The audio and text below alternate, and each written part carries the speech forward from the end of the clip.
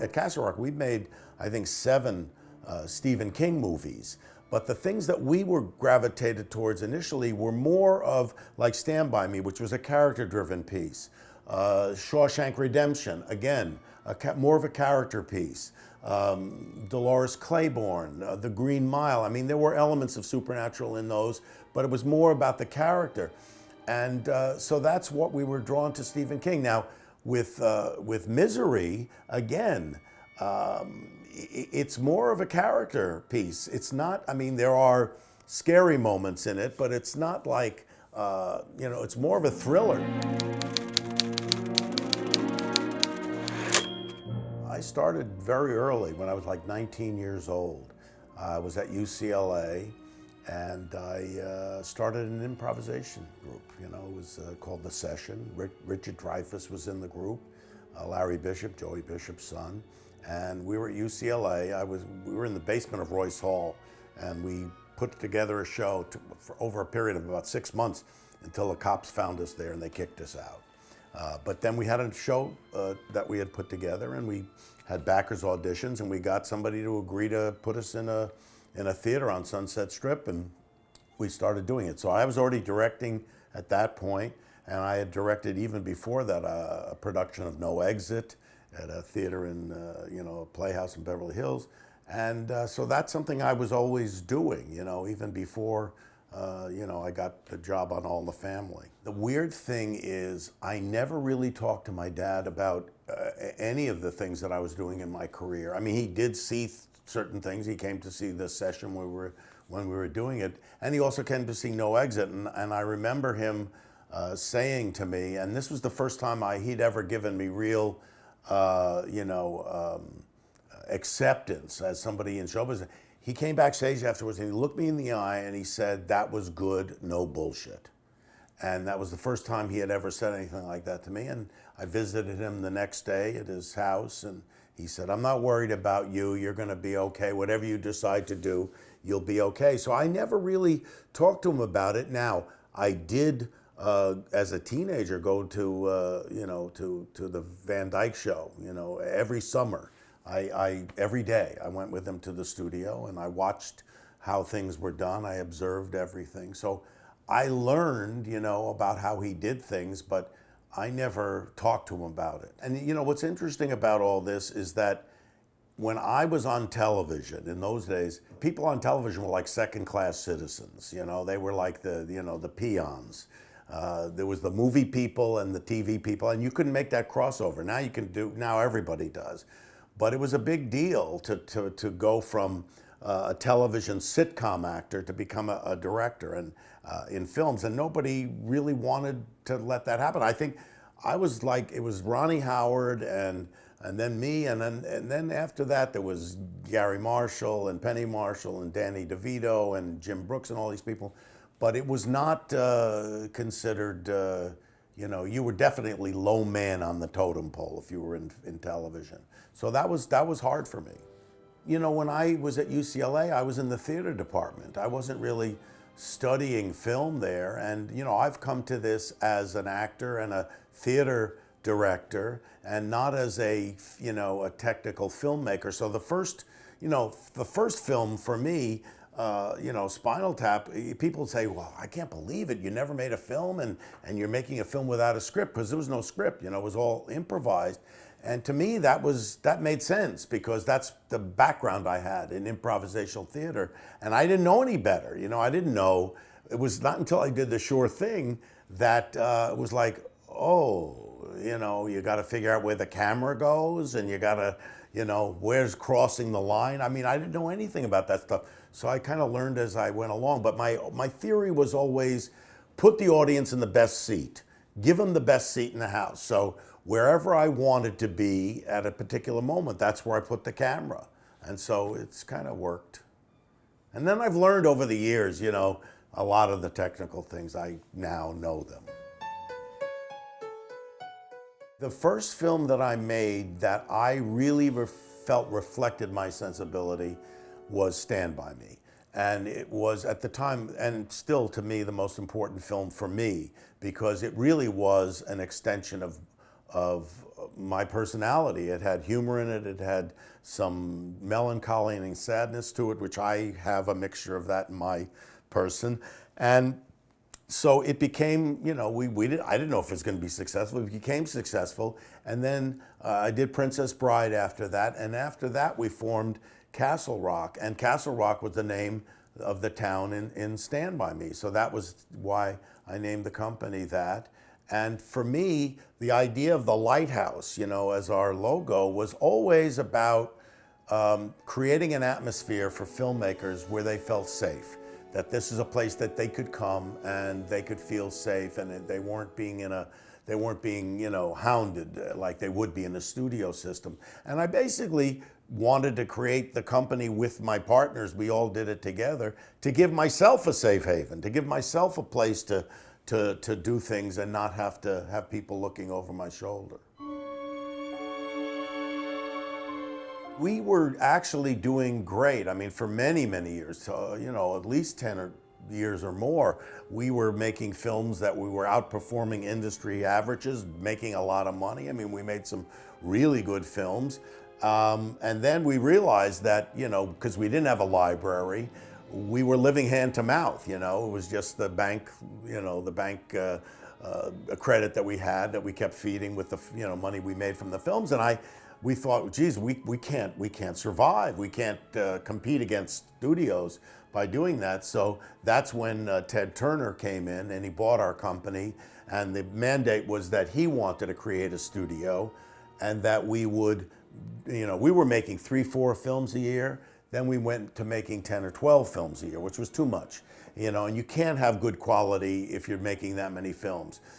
So we did that for a while, and we were still doing pretty good. And then Ted Turner realized, because he didn't, you know, he didn't have a network, you know, he had a library, but he didn't have a network. He said, I can't compete with these other companies that had bought, you know, television networks. So he sold the entire company, lock, stock, and barrel, to Warner Brothers, and then we became, you know, a production company inside Warner Brothers.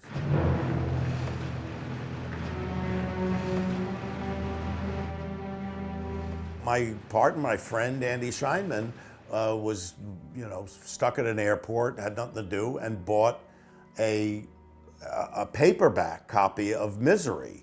And he started reading it because he liked Stephen King, and he read it and he says, wow, this is a great book. I wonder if anybody's ever, you know, tried to option this. And he figured, I'm sure they have, because it's in paperback. I mean, somebody would have, you know, Stephen King, they make so many movies out of his books.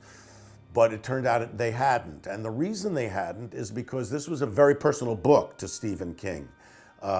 It was a book about that in which he dealt with wrestling with this difficulty that all creative people have, which is being trapped by your own success. Here he was, you know, a writer of horror books, books with supernatural elements to it, and he also wanted to express himself as a writer. So he had this character, Paul Sheldon, who had become famous writing these misery novels, but wanted to break away and do something special. And Annie Wilkes represented the fan base that didn't want that to happen, would be very angry if he went in a different direction. It was a personal book, oddly enough to him, so he didn't want to he didn't want to option it to anybody unless he felt it was in good hands. And because he loved Stand By Me, and he had told me that it was the best adaptation of anything he had ever written, he said, I'll give it to you guys if Rob will either produce or direct it. So he felt comfortable that I would do it. And initially I was just going to produce it, but then as we got into it and I started thinking about it more, I started relating more to the character of Paul Sheldon. Misery Chastain put braces on your daughter's teeth and is putting her through college. And what thanks does she get? You go and kill her. I never meant for it to become my life. And if I hadn't gotten rid of it now, I'd have ended up writing her forever.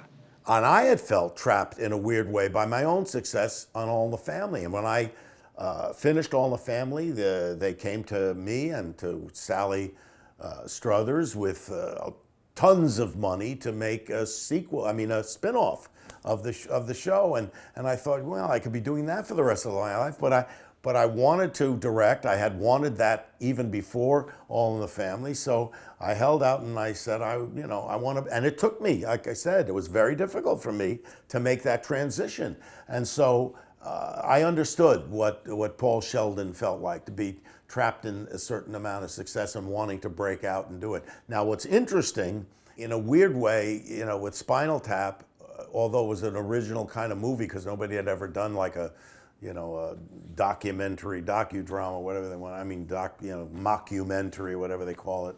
But it was satire, and my father had, lived and breathed satire. He was on Show of Shows, Caesar's Hour. That was his area. Then I did the Sure Thing, and that was like a, romantic comedy, essentially. And my father had done a number of those. So I felt, kind of in his footsteps. And then when I did Stand By Me, I felt like, okay, this is a break from the kinds of things that I was used to doing and knowing, having a connection with. And I was nervous. I didn't know if people were going to accept it or like it or whatever. They'd see me on All in the Family. They didn't know if they were. And the fact that they liked it gave me license to, pursue different things and things that I wanted to do. And so I did understand what that felt like for Paul Sheldon.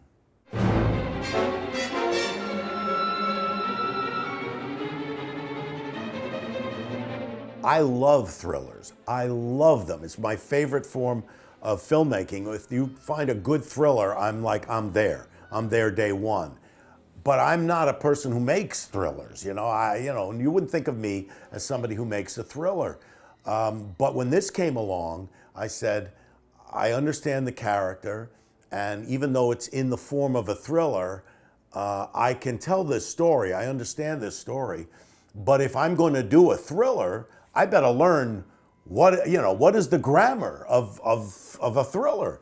And so I did. I watched every single Hitchcock movie. I was a fan of Hitchcock already, but I watched them all again. And I watched, any film noir I could get a hold of, out of the past. But anyway, I watched all these thrillers, and I learned there's a certain grammar to them, and there's a certain shape to them. And there's a lot of inserts. There's a lot of these, kind of wacky angles. I did this one time in Misery. There's a scene where she comes out on the porch and the rain is coming down and the lightning is flashing and it's a Dutch tilt. And I said, we got to have a Dutch tilt somewhere in this movie. It's, you can't have and so we canted the camera and did that one shot.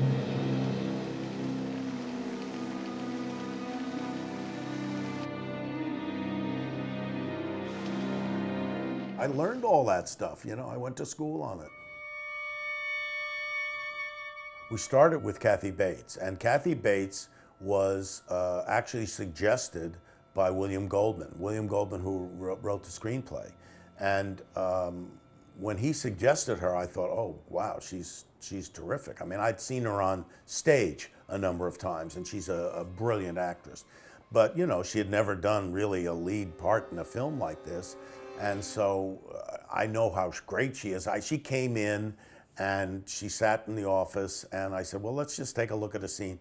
I'm not exaggerating. She read like 2 lines. They just cheated us. This isn't fair. He didn't get out of the cock-a-doodie car. And I said, you don't have to read anymore. I said, that's enough. You can do this. And she said, what? I said, well, if you want, you can play the part. And she said, really? And I said, well, yeah. And she said, can I call my mother?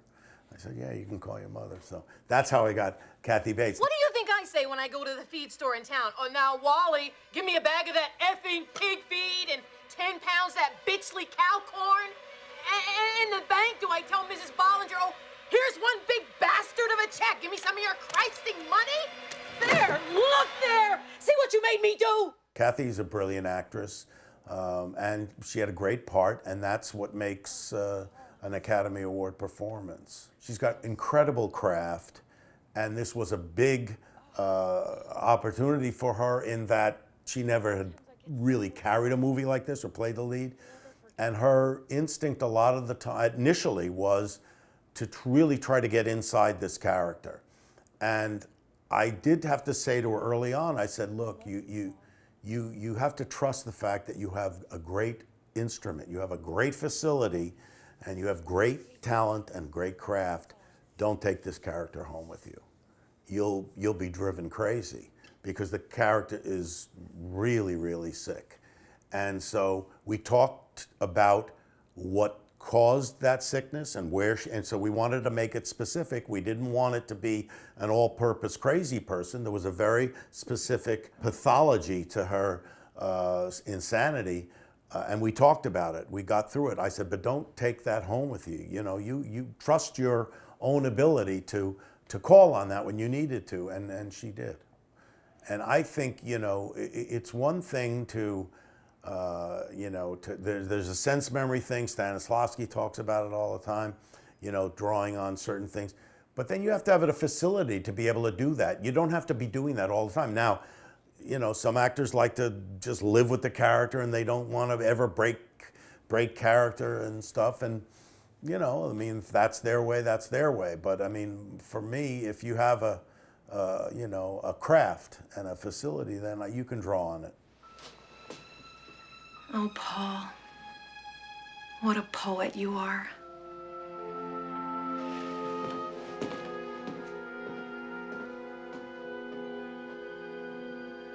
With Paul Sheldon, that was a tough part to cast because there were a lot of people that I was looking at. I got turned down by a lot of people. I'm not telling any tales out of school. Jimmy knows this, Jimmy Caan.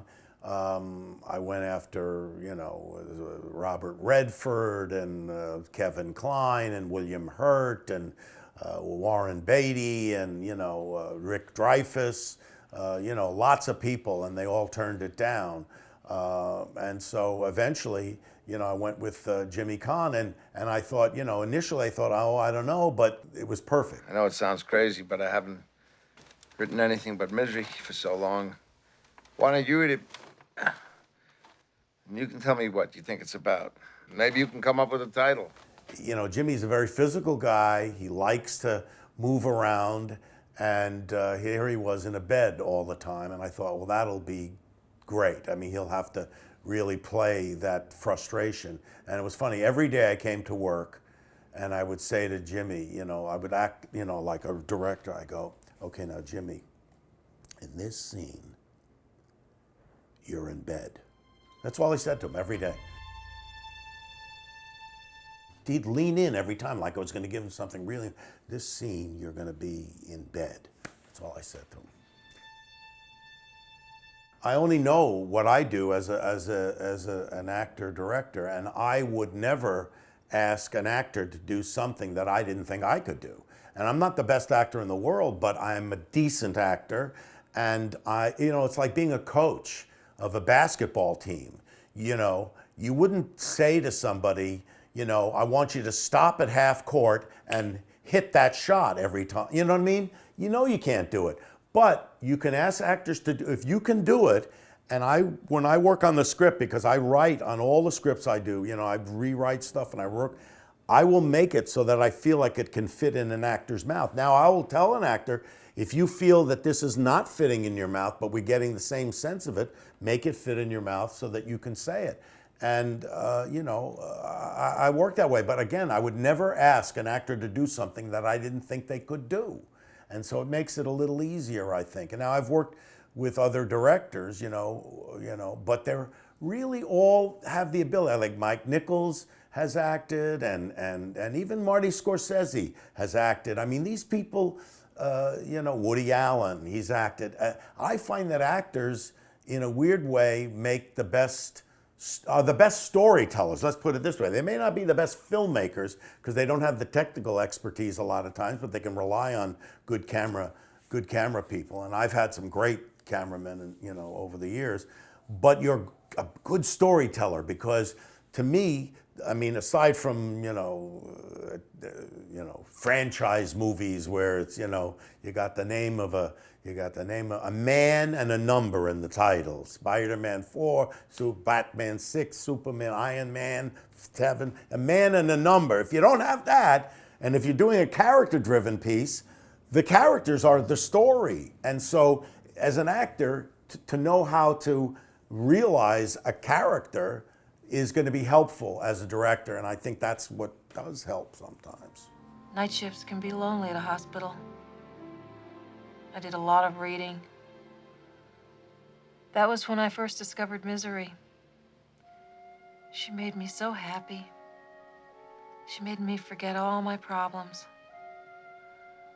Of course, I suppose you had a little something to do with that, too. Yeah, well, It was interesting working with the two of them because Kathy, as a stage-trained actor, loved a lot of rehearsal. Jimmy, as a film actor, loved to be instinctive with everything. He didn't want any rehearsal. So we had to, have more rehearsal than Jimmy wanted and less rehearsal than Kathy wanted. So, but it was an interesting mix.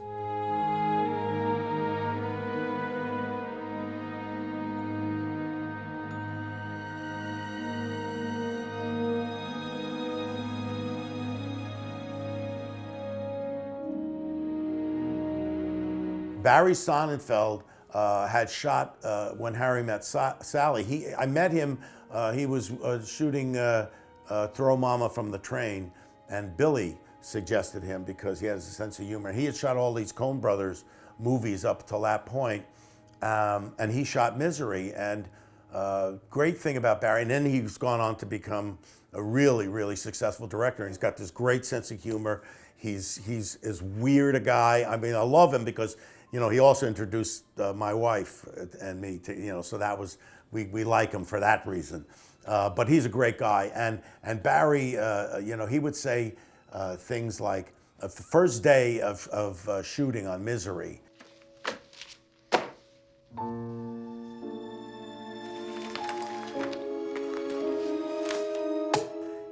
there's a cigarette and there's a match and a glass of champagne. And all he had to do, he had finished the novel, all he had to do was light the cigarette and to give a thing like this. And I said, and he takes the cigarette and he's going like this and he's going like that. And I said, no, Jimmy, it's like, think about it as if you just had sex, and it's like over and you just relax and it's just that. And he's doing again and again and again. And he's doing and he's all over the map because he's all got this, he's physical. That's what was good about it. And he, over and over, finally, I get him, he does it.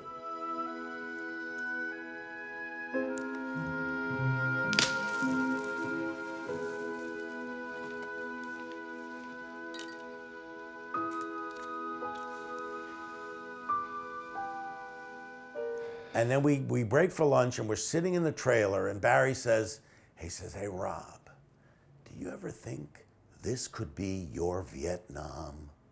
Because you could get out right now. He was like saying, this could be the worst thing. I said, no, it'll work. So he's great in that way. And then he'll be, he'll come up to you and he'll say, okay, you have a choice and you have to make the choice. That you're stuck on a desert island the rest of your life. There are two songs. You have to pick one of them, either In-A-Gadda-Da-Vida or I Am Woman. And that's the only song you have, and he'll make you make that choice. Or you can make love to that grip over there or your mother. And you have to make those kind of things. He's crazy, but he's the best. He's the best. He was the one who said, let's get the camera on the deck. Let's use the prism, the mirror where the lens is literally on the floor, and you can't get a lens on the floor unless you drill a hole in the floor or, you get this mirror to shoot down. He had all these great ideas and inserts and stuff. And at one point, when Jimmy gets out of bed and he's got the thing on the floor and Jimmy's crawling towards the camera, and you can't put a mark down because they can see the mark. It's right on the floor. So we got to figure out, where does Jimmy stop? He's got to stop at a certain point because it's right there. And so Barry, he spits on the floor and he says, Jimmy, crawl to the loogie. That's where you crawl to the loogie. That's where you go. So that's Barry. I'm your #1 fan. As I've gone along, you learn more and more about what lenses can do. I mean, you know, like in Stand By Me, you know, when the boys are on the train trestle and they're being chased by the train, we didn't want, obviously we don't want to put the boys in danger, so the boys and the train were never on the trestle at the same time. We use a 600 millimeter lens and it looked like the boys were right in front of the train. So you learn these things and you learn these tricks, and certain films, you know, require certain types of things. Barry loves wide angles up close. That's perfect for thrillers. I mean, it gives you this kind of semi-distorted, you know, it's not a lot of long lensy stuff. It's a lot of wide angle up close kind of stuff, which is better for that genre.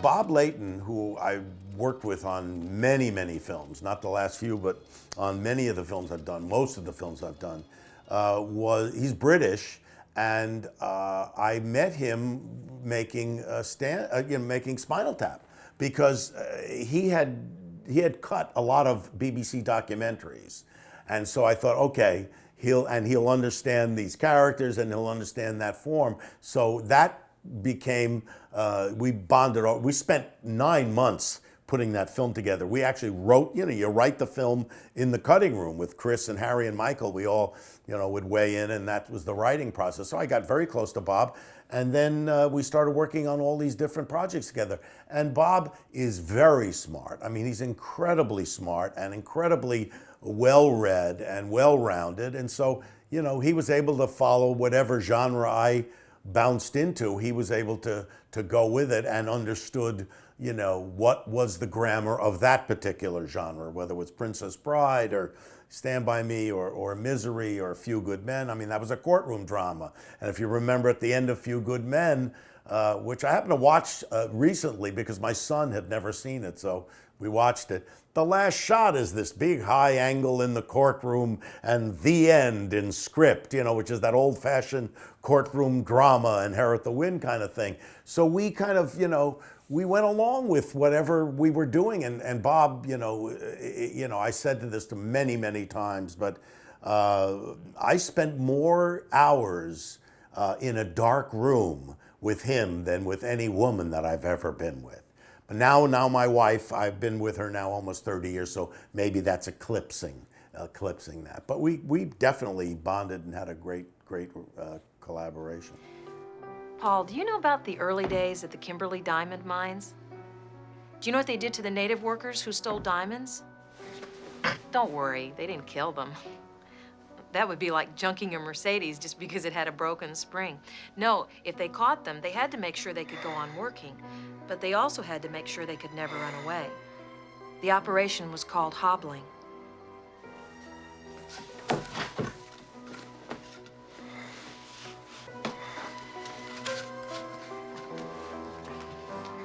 Annie, whatever you're thinking about doing, please don't do it.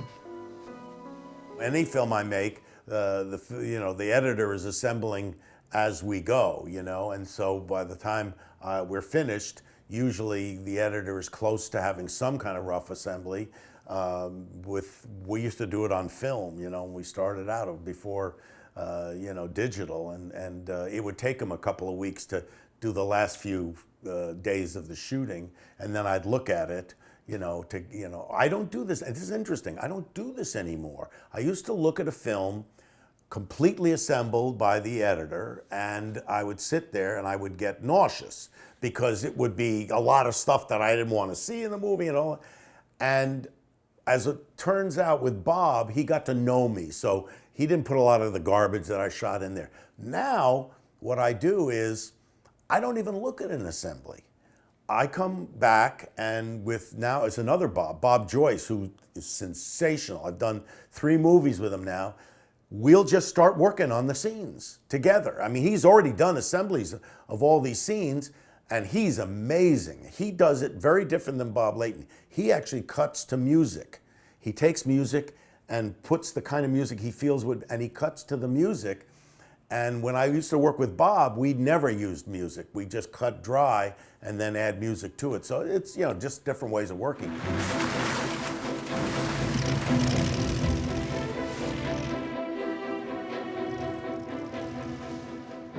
So I'm looking at something that I kind of know what it is before I first look at it, because then I avoid nausea. I avoid being nauseous.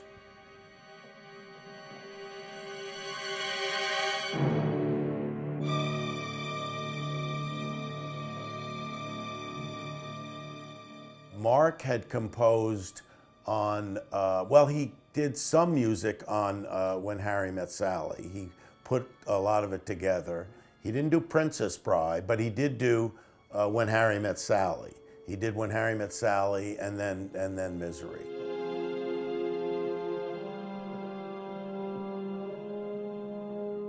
He doesn't start until the film's finished, and that way he can look at it and see what the feel of it.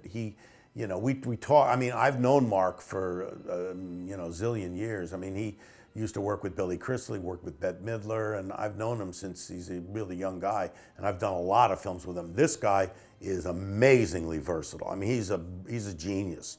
I mean, you think about just the spectrum of types of stuff, you know, between Misery, A Few Good Men, Hairspray. I mean, you know, it's just, he's like a, you know, he was a child prodigy, and now he's an old prodigy.